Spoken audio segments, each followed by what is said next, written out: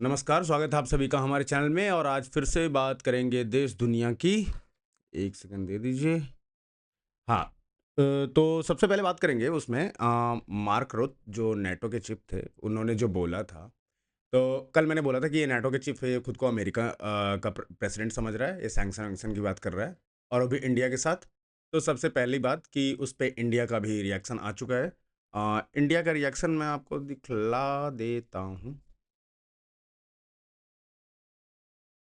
The developments, let me reiterate, and I've said this in the past as well, securing energy needs of our people is understandably an overriding priority for us. In this endeavor, we are guided by what is there on offer in the markets, as also by the prevailing global circumstances. We would particularly caution against any double standards on the matter. Keshav, on visa. तो ये हैं external affairs के spoke person और इन्होंने कहा है कि जो जहाँ से हमें एनर्जी सही मिलेगा हम वहीं से लेंगे, ठीक है। तो फिलहाल इन्होंने तो ये कंफर्म कर दिया और साथ साथ में अगर हम देखें तो एक और अ, अपने जो मंत्री हैं हरदीप सिंह पुरी साहब, उन्होंने भी यही कहा है कि भाई हमें टेंशन नहीं है यार, कि वो बहुत सारे मतलब उनका ये पॉडकास्ट और इंटरव्यू चल रहा है। तो उन्होंने कहा कि हमें टेंशन नहीं है, तुम्हें हम मेरी शक्ल पे देख के लग रहा है कि इससे कोई टेंशन है। तो नेटो भौंकता रह गया और उसे उल्टा पड़ भी गया। इंडिया ने बोला भाई हमें फ़र्क नहीं पड़ता, तुम यूएस हो, नाटो हो, कोई जो करना है करो, हम कर लेंगे जो हमें करना है, जो हमारे देश हित के लिए है हम वो करेंगे। तो मोदी सरकार बेसिकली फिर से यूएस और नाटो दोनों को बोला कि अपना काम करो और हम जो कर रहे हैं अपनी एनर्जी, अपने देश के लिए जो एनर्जी चाहिए हमें, जो उसकी जो एनर्जी का रिक्वायरमेंट है उसको पूरा करने के लिए हमको जहाँ से सही मिलेगा, हम वहाँ से लेंगे। तो उसके बाद ये तो मार्क रुट वाला पार्ट हो गया जो उन्होंने कल बोला था, क्योंकि मैं कल ही देखा था, मुझे लगा कि भाई ये ज़्यादा बोल गया है, इतना तो यूएस के भी लोग नहीं बोलते हैं जितने नाटो चीफ बोल गया। अभी फिर कल हमने बात की थी द्रुज कम्युनिटी के बारे में, जो अभी जिसके साथ इज़राइल जिनको बचाने के लिए इज़राइल युद्ध में कूद गया सीरिया के साथ, मतलब सीरिया पे अटैक किया, उनके बारे में। तो ऐसा है कि द्रुज जो लोग हैं ना, वो लोग अभी एक वीडियो आया, आप देखो कि द्रुज लोग क्या कैसे चीयर कर रहे हो उन जब बेसिकली जब इज़राइली फ़ोर्स आ रहे हैं द्रुज के अंदर तब।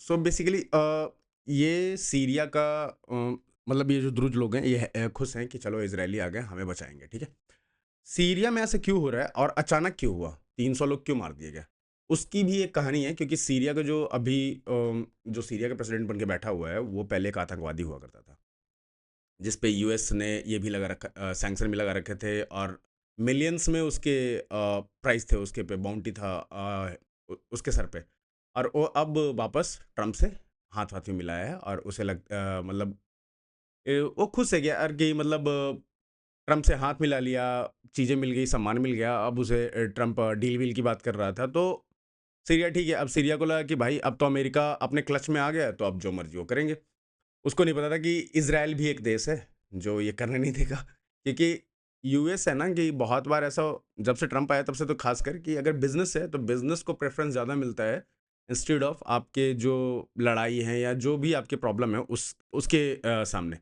लेकिन इज़राइल ऐसा नहीं होने देता। इज़राइल पहचानता है अपने दुश्मनों को, उसको शत्रु बोध है और उससे उसके साथ उसका कोई रिश्ता नहीं रखना चाहता। उसके साथ उसका एक ही रिश्ता है कि तुम दुश्मन हो और मेरे पास गोली है, बस। फिर इज़राइल जो द्रुज के ऊपर हो रहा था उसमें इज़राइल जो इंडिया में एम्बेसी है इज़राइल की, उन्होंने भी एक वीडियो जारी किया है और उन्होंने बताया है। तो वो भी 2 मिनट के आसपास का वीडियो है उनके ट्विटर हैंडल पे मैंने देखा था। उन्होंने भी यही सेम चीज़ की, भाई उन्हें परेशान मत करो सीरियन लोगों को। और अब सीरियन आर्मी भी वहाँ से छोड़ के भाग चुकी है। वो भाग चुके तुरंत से। तो अब वहाँ इजरायली भर चुके हैं और इनके जो कारनामे हैं ना, वो मैं आपको एक सेकंड दे दो, मैं थोड़ा सा ढूंढ लूँ कहाँ गया वो कारनामे। तो इनके कारनामे ना थोड़े और विकृत कह सकते हैं, विकृत मानसिकता वाला वो काम करते हैं। जैसे जो मुस्लिम जो दुर्ज मुस्लिम थे उनके मूछ दाढ़ी मूछ उखाड़ना ये मूछों को हटा देना, ये सारी चीज़ें कर रहे थे। और उसके बाद ये कॉन्फ्लिक्ट स्टार्ट हुआ जिसमें 300 लोगों को मारा, द्रुज लोगों को मारा सीरियन आर्मी ने। और उसके बाद फिर इसमें इसराइल बीच में कूद गया। अब आते हैं कि ये सब तो ठीक है यार, हो रहा है, चीज़ें नॉर्मलाइज की जाएगी और इसमें टाइम लगेगा थोड़ा सा धीरे धीरे। अब आते हैं कि इंडिया क्या कर रहा है, अपना देश क्या कर रहा है, अपना देश क्या कर रहा है उसमें बात करेंगे। तो सबसे पहले तो मैं आपको एक खुशखबरी दे देता हूँ कि अपना देश क्या कर रहा है। ये है, देखो, 30 launched.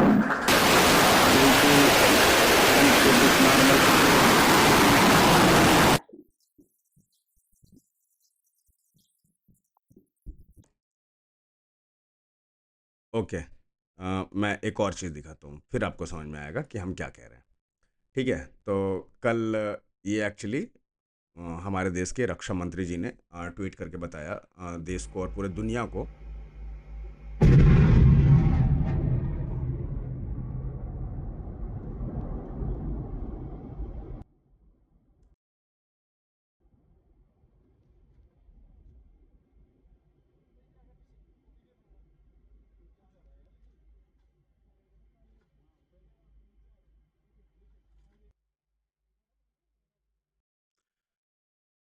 सो ये एक्चुअली अभी एक टेस्टिंग हुई है जिसमें अपना मैं न्यूज़ कटिंग भी निकाल के लेके आया हूँ कि अग्नि 1 और पृथ्वी 2 दोनों बैलिस्टिक मिसाइल हैं, दोनों न्यूक्लियर वॉरहेड कैपेबल है, मतलब न्यूक्लियर वॉरहेड लेके जा सकते हैं, ये कैपेबल है। और इनकी टेस्टिंग हुई है, ठीक है। तो इन्हें कुछ टारगेट भी दिया गया था और उसको इन्होंने सीधे सीधे मारा। अग्नि 1 और पृथ्वी 2, ठीक है। तो ये इन दोनों की मतलब हमारे यहाँ टेस्टिंग चल गई और हाई एल्टीट्यूड से आकाश प्राइम की टेस्टिंग हुई है। जो मैंने आपको अभी वीडियो दिखाया रक्षा मंत्रालय से जो आया था, वो आकाश प्राइम की वीडियो है, जो हाई एल्टीट्यूड कहीं पहाड़ों पे जाके ऐसे लद्दाख सेक्टर में जाके वहाँ पे 16 तारीख को ये टेस्टिंग की गई। तो वहाँ से आकाश प्राइम, आपने नाम सुना होगा, आकाश मिसाइल सिस्टम, जो हमारे बॉर्डर पे लगा हुआ था ऑपरेशन सिंदूर के टाइम में और बहुत अच्छा काम किया है। अब तो लोग मतलब डिमांड कर रहे हैं कि भाई आकाश दो, ब्रह्मोस दो। अलग अलग कंट्रीज, 17 कंट्रीज ब्रह्मोस डिमांड कर रही है। आकाश अलग अलग कंट्रीज आके खरीद के ले जा रही है। अभी ब्राज़ील ने जो कहा कि भाई ये पुराना सिस्टम हो गया है। अभी ब्राज़ील से एक बहुत ट्विटर पे ट्रोल्स आ गए थे कि ब्राज़ील ने कैंसिल कर दिया आकाश का ये कॉन्ट्रैक्ट इंडिया के साथ। एक सेकंड, फोकस हट गया था। तो कॉन्ट्रैक्ट हटा दिया, ख़त्म कर दिया इंडिया के साथ। आकाश नहीं लेगा ब्राज़ील। तो बता दूं कि आकाश प्राइम अब टेस्टिंग हो चुकी है और ब्राज़ील अब इसके लिए इच्छुक है। तो पूरी तरीके से ख़त्म नहीं हुई थी डील। उसमें था कि अगर आप हमें कुछ ऐसा नया दे देंगे, ठीक है भाई, नया दे देंगे। आकाश प्राइम दे दिया। अब आकाश 1 का तो आपने देख लिया है कि कितना अच्छा मारक क्षमता है, डिफेंस सिस्टम कितना अच्छा बना के रखता है। तो इन सब चीज़ों में ब्राज़ील भी सेटल्ड है अब नए वाले से। अब जो बैलिस्टिक मिसाइल है पृथ्वी 2, वो 350 किलोमीटर का स्ट्राइक रेंज है इसका। अग्नि 1 का 700 किलोमीटर का है। दोनों integrated test range in Chandipur में हुआ है, ऑफ द उड़ीसा कोस्ट। और ये जो मिसाइल सिस्टम है, हमें ज़रूरत थी, हमें और भी ऐसे मिसाइल सिस्टम की ज़रूरत है ताकि हम अपने आप को सुरक्षित कर सकें। तो ये था 2 टेस्टिंग जो हमारे देश में हुई है। आगे आते हैं कि आजकल अपने पड़ोसियों के साथ क्या हो रहा है, ठीक है। तो हाल फिलहाल में आपने ये सुना ही होगा कि बांग्लादेश म्यांमार के बॉर्डर पे किसी ने अननोन ड्रोन या अननोन मिसाइल इससे अटैक कर दिया है और उसमें बहुत सारे लोग मारे गए हैं, उल्फा इंडिपेंडेंट। तो अभी एक और चीज़ है, दूसरे पड़ोसी के बारे में जानते हैं क्या चल रहा है। तो दूसरे पड़ोसी के यहाँ, वहाँ हम नहीं एक्टिव हैं यार, ठीक है। दूसरे पड़ोसी के यहाँ एक्टिव हैं हमारे बलोच भाई, ठीक है। तो इन्होंने कहा है कि भाई एक को तो हमने मेजर राब नवाब, तो ये उस दिन के स्ट्राइक में गुजर गए हैं, मतलब जो बीएलएफ ने इन्हें एलिमिनेट किया, मतलब अटैक किया था उसमें 10 टोटल आर्मी के लोग सही मरे हैं और साथ में एक मेजर भी मरा है। तो बलोच लोग बहुत मतलब they are their genes are like वो जन्मजात फाइटर होते हैं बलोच, अफ़गान ये जन्मजात फाइटर होते हैं। तो उनको भाई उनसे पंगे मत लो, उनके मिनरल छोड़ दो।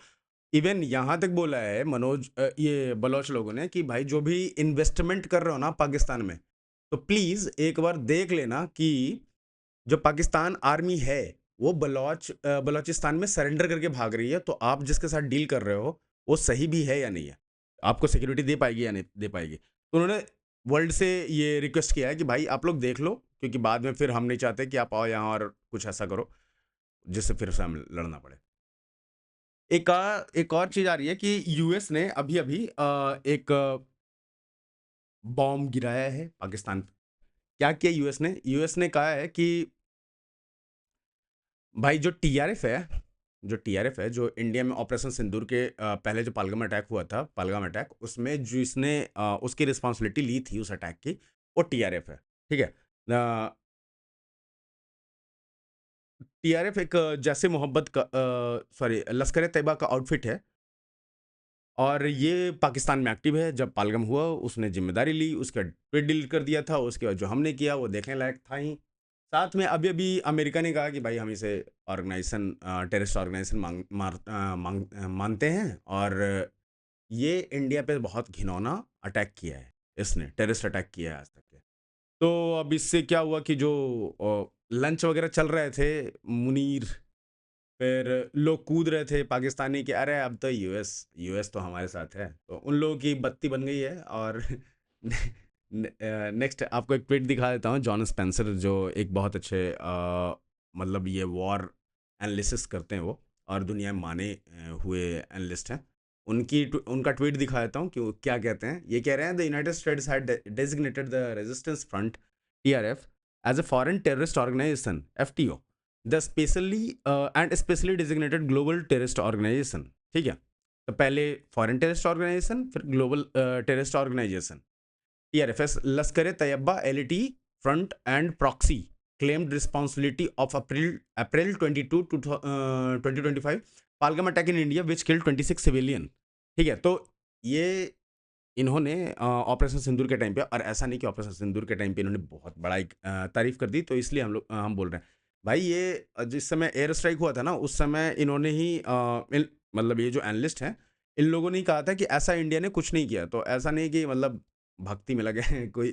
तो इस भाई ने जो बात करी है जॉन स्पेंसर ने, तो इन्होंने जो बात करी है कि भाई ये पूरा चीज़ हुआ था इसकी वजह से दो जगह, एक फॉरेन टेररिस्ट ऑर्गेनाइजेशन और दूसरा ग्लोबल टेररिस्ट ऑर्गेनाइजेशन, दोनों में टीआरएफ का नाम डलवा दिया गया है यूएस के थ्रू। अब आते हैं कि बलूचिस्तान पे बात चल रही थी, तो बलूचिस्तान ऐसे कैसे पीछे चलेगा। अब देखो यार मैं बताता हूँ आपको सीन क्या है। सीन ये है कि पाकिस्तान को पुरानी आदत है सरेंडर करने की। 1971 में हमारे साथ किया था 93,000 सैनिक, फिर हमने दिए। नई चीज़ जो आई है वो देखते हैं एक बार कि ये है नई चीज़ कि ये लोग जा रहे हैं पाकिस्तान से छोड़ के। कौन लोग हैं ये है पाकिस्तान।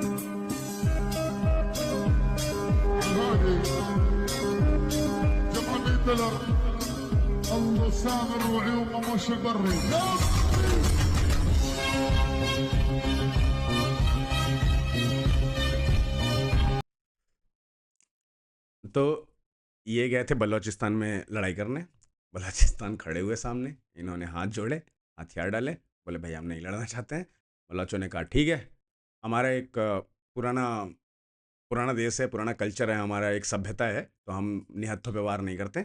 एक काम करो, और ये बलूच लोगों का सबसे बड़ा चीज़ है कि वो लेडीज़, निहत्थे, बुजुर्ग जिनसे उसको प्रॉब्लम नहीं है ना, लाइक आईएसआई आर्मी, इन लोगों को छोड़ के बाकी कम ही लोगों को ये हाथ लगाते हैं, मतलब ना के बराबर कि भाई तुम्हें परेशान नहीं करेंगे हम, ऐसे लोग हैं। तो खुददार लोग हैं यार। और इन्होंने जैसे ही हथियार डाले इन्होंने बोला कि भाई तुम जाओ, हम तुम्हारे लिए बस अरेंज कर देते हैं, बसेस काफ़ी मतलब देख के तो लग रहा है लग्ज़री है, हैं? और उसमें भर के वापस भेज दिया गया। अब खबर ये है कि जैसे ही ये लौटेंगे पाकिस्तान में जाएँगे, इनका कोर्ट मार्शल होना है। तो 500 लोग ऑलरेडी हथियार डाल चुके हैं, वापस उनको भेज दिया गया है पाकिस्तान के लिए और ये लोग अब हो सकता है कि कोर्ट मार्शल हो। सो those who surrender were member of Baloch, those who surrendered.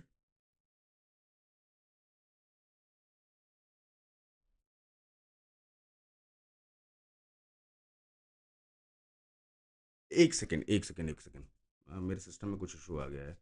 तो अभी हाँ, तो बलोचिस्तान में अब जब बात चल रही है पाकिस्तान के सरेंडर की, तो हम ये तो नहीं भूल सकते ना, ये वाला, ठीक है, जे हमने किया था। तो बलोचों ने 500 लोगों को छोड़ दिया। ये अभी तक न्यूज़ हाईलाइट मतलब किसी न्यूज़ ने ऐसे छापा पा नहीं है। एक मतलब वो ऐसा समझो ना कि ओपन सोर्स इंटेलिजेंस से पता चला है और वो मतलब उसी कॉर्नर में ये चीज़ें चल रही है, ठीक है। ओपन सोर्स इंटेलिजेंस जो होती है वो हर चीज़ पे ध्यान रखती है और उससे एक ड्राइव करके लेके आती है रिजल्ट कि भाई ऐसा कुछ हुआ होगा, अनुमान लगाती है।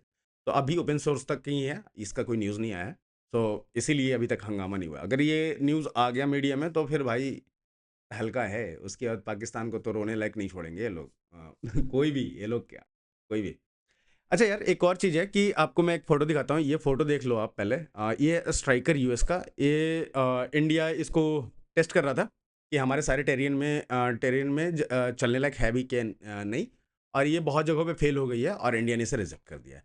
तो ट्रंप चाचा जो कोशिश कर रहे हैं कि हम हथियार भेज देंगे इंडिया को, थोड़ा मुश्किल लग रहा है क्योंकि F-35B जो ब्रिटेन को बेचा था, वो अभी केरल में बैठा हुआ है। दूसरा इधर स्ट्राइकर का इनका लग गया है। तो अभी थोड़ा ट्रंप को बताया जा रहा है अलग-अलग तरीकों से कि भाई तुम थोड़ा ना लिमिट में रहो और लिमिट में बोलो। तुम अपने देश और ये ख़ास करके नेटो वाले को समझाओ यार पहले। ये क्या बोल देता है, कुछ भी उठा के मुँह बोल देता है। तो उन्होंने ये कर दिया। अब मैं आपको बता ही चुका हूँ कि टीआरएफ को पारगम अटैक के लिए माना गया है कि इसने किया है और उसे बैन कर दिया गया। आज के लिए इतना ही था और फिर मिलते हैं अगले वीडियो में। तब तक के लिए नमस्कार, जय हिंद।